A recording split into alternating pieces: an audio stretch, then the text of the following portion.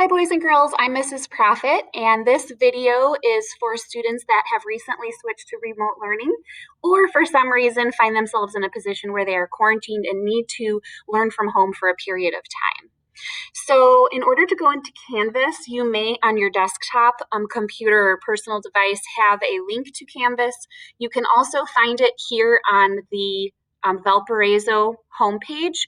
If you click on Parents and slide down to e-learning, you can find the page there. And then also there's this little button right here. This is the Canvas symbol, so you can click on that and log in that way.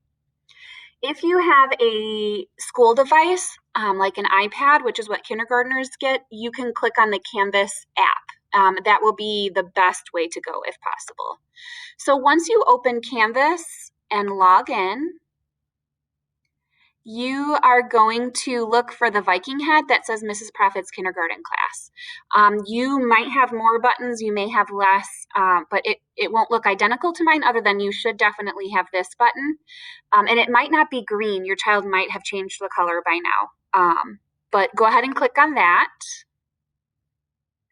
And I'm going to switch to student view here so that our computers look the same. Okay, so on this page, you're going to always end up on the home page, and if you scroll down, it says welcome, Mrs. Proffitt's kindergarten class, click modules. So to begin your day, you would go ahead over here and click on modules, but I just want to show you a few buttons down here. You can explore these on your own. I'm not going to spend a lot of time going through them. Website resources, that does have a link to Reading Eggs and Raz Kids, which we use frequently in kindergarten, and so they have links to that. If you're using a school device, there's also an app on their home screen for those websites. And then login conventions, this is just if you lose your passwords, this could help you try to figure out what they are. You can also contact me through Class Dojo and I can get you those passwords right away.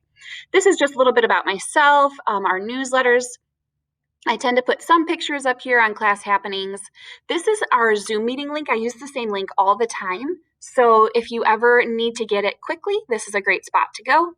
Classroom information, that has our classroom brochure with just some quick information on it. And there's also a link in there to the handbook and to the VCS Return to Learn plan if you're ever looking for updated items like that.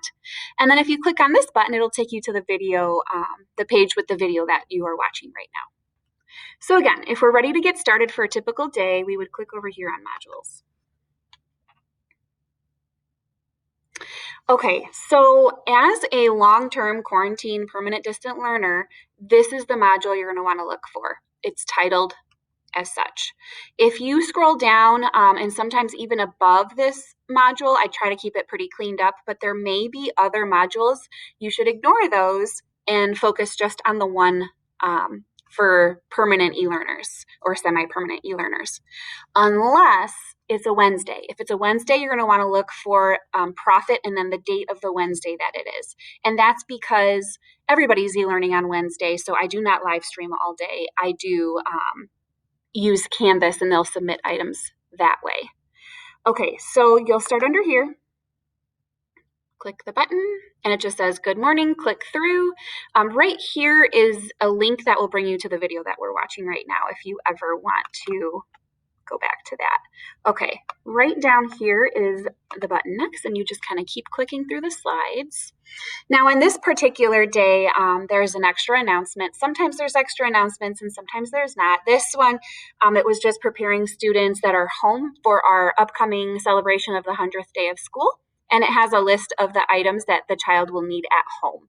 And so we try to make sure that all of our e-learners can participate in our fun activities as well. So that was coming up on that particular day.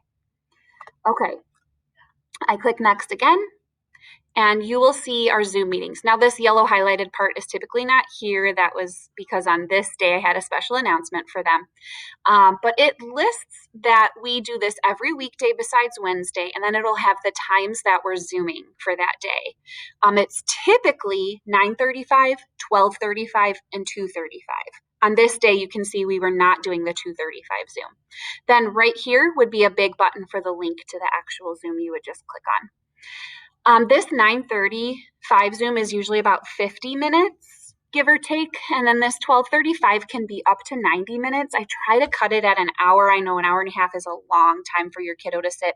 We do brain breaks and get up out of our seats and move throughout that time, but that's just a huge chunk of instruction and independent work that they stay on for.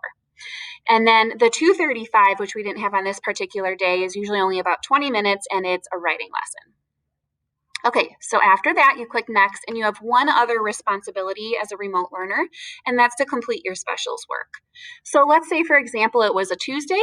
You can see that we have music on Tuesdays. So you would scroll down and click on music, and that would take you to Miss Regal's page, and you would complete your music work for that day. Okay, and after you complete your specials work, you will see that it brings you to this way to go page and a stop sign, meaning you've completed the day.